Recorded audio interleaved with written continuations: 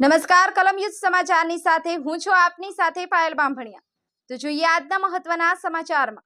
23 બારડોલી લોકસભા અંતર્ગત 157 માંડવી વિધાનસભાના 291 બૂથો પર વીવીપેટ અને ઈવીએમ તથા મતદાન મથકનો સ્ટાફ આજરોજ શાંતિપૂર્ણ માહોલમાં રવાના થયો।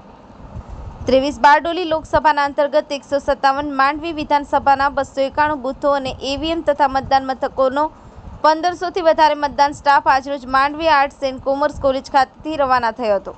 તમામ બૂથો પર હીટ વેવને ધ્યાને લઈ અને પીવાના પાણી તેમજ મેડિકલ ટીમ સેટની વ્યવસ્થા કરવામાં આવી છે।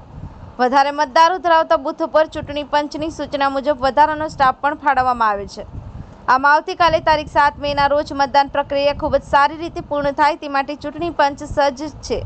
હું મદદનીશ ચૂંટણી અધિકારી પીસી પટેલ દ્વારા જણાવવામાં આવ્યું છે કે તમામ મતદારો ખાસ કરી પ્રથમ વખત નોંધાયેલા યુવા મતદારોને મતાધિકારનો ઉપયોગ કરવા નમ્ર અપીલ કરું છું।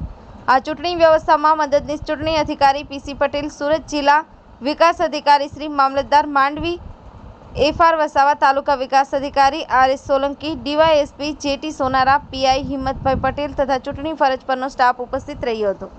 ઈશ્વર સોલંકી, કલમયુદ્ધ સમાચાર, માંડવી।